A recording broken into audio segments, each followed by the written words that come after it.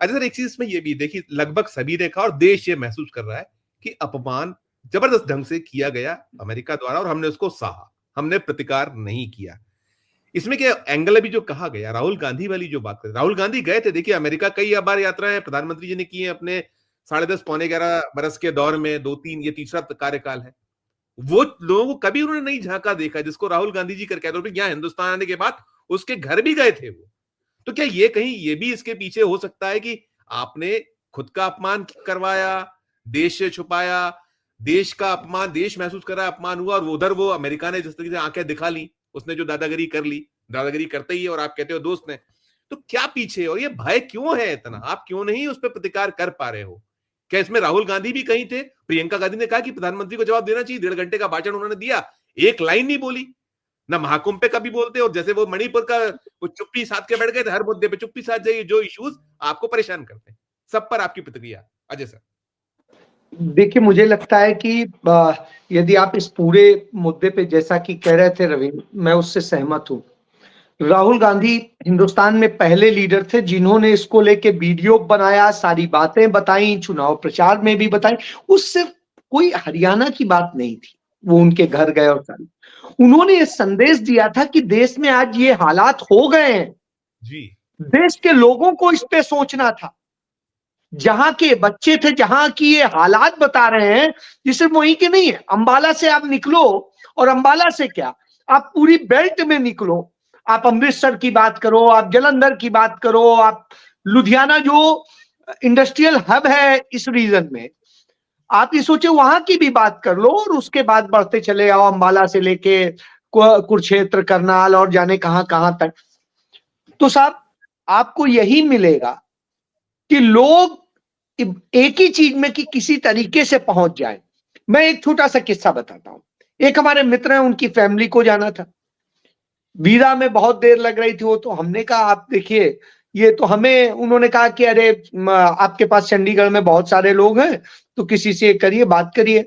मैंने कहा देखिए, मैं वो गलत तरीके में आपको नहीं चाहता हूं आप फंसे। इत्तेफाक से मैं जहां 4थे सेक्टर में रहता हूं, वहीं पे पासपोर्ट का जो पूरे इस नॉर्थ वेस्ट इंडिया का हेडक्वार्टर है वो है।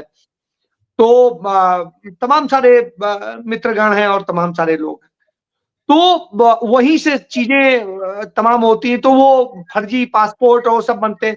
मैं जब चंडीगढ़ आया था तो भास्कर ज्वाइन किया था फर्स्ट। मैंने एक स्टोरी की थी उस समय, भास्कर ने एक नया प्रयोग किया था, इन्वेस्टिगेशन की एक यूनिट बनाई थी, और इंडिया में उन्होंने 4 यूनिट्स बनाई थी, तो मैं भी नॉर्थ इंडिया को हेड कर रहा था। मैंने एक स्टोरी लिखी थी इन्वेस्टिगेशन की, नकली कागज असली पासपोर्ट।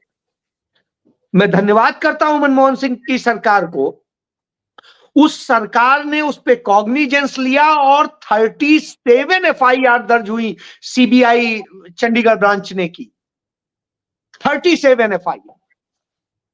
उस समय मध्य प्रदेश कैडर का एक आईपीएस ऑफिसर आरपीओ होता था, और वो स्थिति, क्योंकि अटल बिहारी वाजपेयी की सरकार थी उसके जस्ट पहले ही, तो वो अपॉइंट करके गए थे, तो वहां से कुछ बीजेपी का कनेक्शन था, तो उसने, मैं नाम लेके आज बोल रहा हूं, उसने वहां पे मध्य प्रदेश का था, तो अप्रोच किया। सुधीर अग्रवाल की चिट्ठी मेरे पास आज भी रखी है, जी जी जी, आप कहेंगे मैं दिखा दूंगा। नहीं होगी उनकी सर। चिट्ठी मेरे एडिटर गिरीश मिश्रा जी होते थे, जी, उनके पास आई, यहाँ और गिरीश मिश्रा जी पूरे, मध्य प्रदेश की पोस्टिंग जी रही उनकी।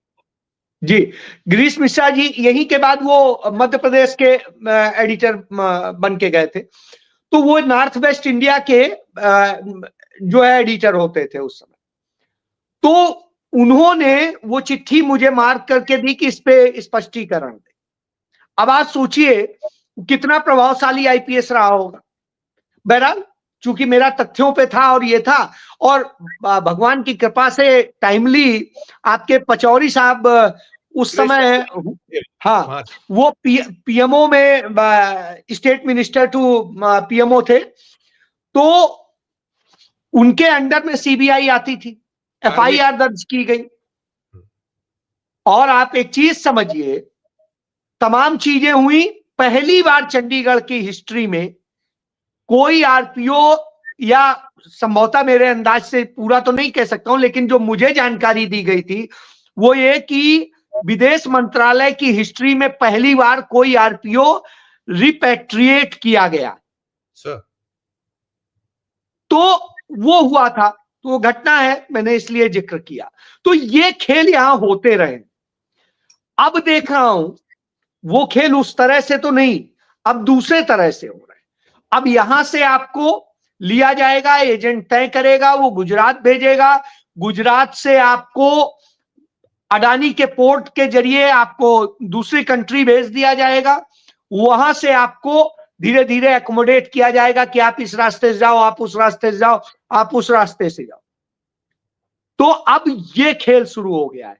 दूसरा, हर कोई जानता है वो वाला दूसरा एक खेल जो उस समय हुआ करता था कि आपने पासपोर्ट बनवाया, पासपोर्ट बनवा करके आपने उसमें विजिटर वीजा लगवाया, गए और फिर वहां पे जाके आप गुम हो गए और आप करने लगे। तो ये एक तरीका होता था, हालांकि वो पूरी तरह अवैध नहीं कह सकते, उसका एक लिमिट थी पीरियड, लेकिन उस समय काम करने लगे। क्यों? क्योंकि यहाँ के जो इंडियंस थे वो काम दे देते थे। अजय सर, जो सुनील सर ने बात की कि उड़ा तो हिंदुस्तान से था ना, पहली बार तो यहीं से उड़ा था। उसके बाद जो बिल्कुल क्या देखे गए थे, आपका जो अपना इमिग्रेशन और तमाम चीजें तो आपके यहाँ चेक होती है ना, यहां से उड़े हैं तो उसके लिए कौन जिम्मेदार है? मैं वही कह रहा हूं सर। तो मैंने उनको राहुल गांधी का वह वीडियो दिखाया उस फैमिली को, ये गलत तरीका अपनाएंगे, देखिए राहुल जी ने ये बताया और ये दिखाया, सुन लिया सबने, सब कुछ है, लेकिन साहब फर्क नहीं पड़ता है, हमें जाना है। और मैं नाम नहीं लूंगा, वो फैमिली गई उसी रास्ते से, गलत तरीके से गई।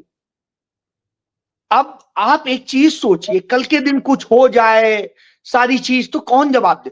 तो सोच वो भी नहीं रहे। लेकिन सबसे बड़ी बात ये क्यों संभव हो पा रहा है?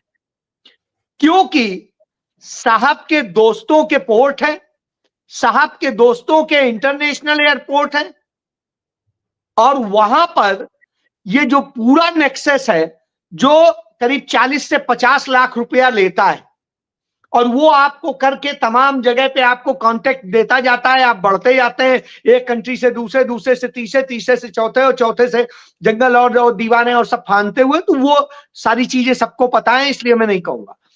इतना बड़ा रैकेट चलाने वाला भारत के प्रधानमंत्री के दोस्त का कहीं ना कहीं उससे कनेक्शन है, इसलिए नहीं बोल भय इसीलिए। और इतना कायर प्रधानमंत्री सोचा नहीं जा सकता था, इतना निर्लज्ज प्रधानमंत्री, इतना बेशर्म प्रधानमंत्री सोचा नहीं जा सकता था, वो हमें नरेंद्र मोदी के रूप में मिला है। क्यों कह रहा हूं यह समझ लीजिए। निर्लज्ज इसलिए कि वो पंजाब हरियाणा रहा है, यहां के हालात से वाकिफ है, खुद गुजरात का है, यही 3 4 5 राज्य हैं जहां के, आंध्र प्रदेश के भी, तो यहां के बच्चे सबसे ज्यादा इस तरह के रास्तों से जाते हैं। क्यों? क्योंकि आज भारत में भविष्य बचा नहीं। पहले भी जाते थे लेकिन बहुत थोड़े से जाते थे वो, लेकिन वो रूट नहीं अपनाते थे जो आज अपनाया जा रहा है। ये रूट इन 10 सालों में खुला है। इसके पहले जो जाते थे वो विजिटर वीजा पे गए या किसी स्टूडेंट वीजा पे गए और उसके बाद वो करते थे, लेकिन आज जो जाते हैं वो फ्रॉड से जाते हैं। तो ये एक बड़ी समस्या है, इस कारण से ये लोग फंसे हैं। अब मैं इस पे आता हूं कि हमारा विदेश मंत्री निर्लज्ज होके बता रहा था, एक टिप्पणी और लूंगा, संक्षिप्त में आप करिएगा, मैं एक टिप्पणी और लूंगा जी। हाँ, मैं खत्म कर रहा हूं। तो मैं ये कह रहा हूं कि इस तरह से कर रहा है, और जैसा हमें पीछे शायद कोई बता चुका है कि कोलंबिया जैसा छोटा देश जहां 5.25 करोड़ की आबादी, और वो देश जिसकी 5.25 करोड़ आबादी है, वो ट्रंप को धमका देता है, कहता है नहीं, डर जाते हैं, उसकी बात होती है।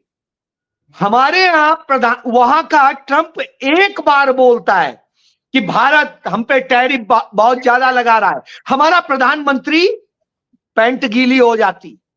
हालत ये होती है, बजट पेश करता है तो उस बजट में वो शख्स वो टैरिफ 100 से 50% कर देता है। किस पे? टेस्ला पे, जो उनके एलन मस्क का है, और हार्ले डेविडसन पे 50% कर देता है इमीडिएट। और उसके बाद कई प्रोडक्ट थे जिनको लेके वो था, उनमें 0 कर देता है। अपने देश के लोगों को तो देने के लिए कुछ है नहीं, झुंझुना पकड़ा रहे हो, उन्हें वो कर रहे हो। इतना डरने वाला प्रधानमंत्री। इससे आप समझ सकते हैं कि ऐसे प्रधानमंत्री से आप क्या उम्मीद कर रहे हैं वो जाके लड़ेगा। वही सवाल, वो हमारा दुर्भाग्य है कि ये प्रधानमंत्री है। आज हमें इस देश को राहुल गांधी जैसा प्रधानमंत्री चाहिए, जो आवाज बन सके, कह सके। और मैं धन्यवाद इस बात की भी करता हूं, हालांकि वो कर्तव्य है विपक्ष का, कि आज एक होकर के विपक्ष खड़ा हुआ इसके खिलाफ, संसद में प्रदर्शन किया। अच्छा है, लेकिन और आक्रामक होना चाहिए, यह उम्मीद करता हूं। अच्छा सर, एक आध लाइन में आप समाप्त करने के लिए जो आप चाहें, हम जो बात सब चल रही थी कि 56 इंच का सीना और ये जो एक अकेला सब पे भारी खत्म हो चुका है, वो सब जगह गिड़गिड़ाना और सब जगह वैसी स्थिति है, कुछ होना जाना शायद नहीं है। जो सुनील सर ने भी कहा कि ऐसे में आप एक संदेश दे सकते थे कि आप कैंसिल कर दीजिए यात्रा को, स्थगित कर दीजिए, फिलहाल में संदेश चला जाएगा। नहीं, मैं दूसरी बात कह रहा हूं। मैं कह रहा हूं कुछ नहीं, आप संसद में अपने खड़े होकर के बोल सकते थे, वो भी संदेश दे सकते थे कि हम इसका कड़ा विरोध करते हैं। और मैं जाने वाला हूं, वहां पर भी इस बात को खुले मंच से उठाऊंगा कि हम व्यापारिक वार्ता जरूर करने आए, लेकिन हमारे देश का अपमान यदि आप कर रहे हैं तो हम आपके साथ कोई सौदा नहीं कर सकते। बहुत सही कह रहे हैं, बिल्कुल सही, बिल्कुल आप सही। ये कह के इतना बड़ा जवाब, आप इसको देखिए ना, चाइना को उन्होंने किया कि इतना टैरिफ, चाइना ने उल्टा लगा दिया, उसको किया, उसने कहा ये लो। छोटे छोटे देश जवाब दे रहे हैं। नहीं, फोन नहीं उठाया सर, चाइना हमारा फोन नहीं उठाया, बात नहीं की। वही तो कह रहा हूं, हमारा प्रधानमंत्री, सीधी सी बात है, एक मैंने वो देखा था कि जो वीर थे वो जंग में गए और जो डरपोक के कायर थे वो संग में गए। तो आज वही देख रहा हूं। ठीक सर, और वो प्रत्यक्ष दिखाई दे रहा है आज। इसलिए मैं कह सकता हूं कि वो कहावत आज चरितार्थ कर दी है नरेंद्र मोदी ने, सबके सामने, पूरी दुनिया के सामने। आज पूरी दुनिया थूक रही है, पाकिस्तान हम पे थूक रहा है कि बहुत बड़े 140 करोड़ के लीडर बनते थे साहब, आवाज नहीं निकली। तो अब ये सोच लीजिए ये बात।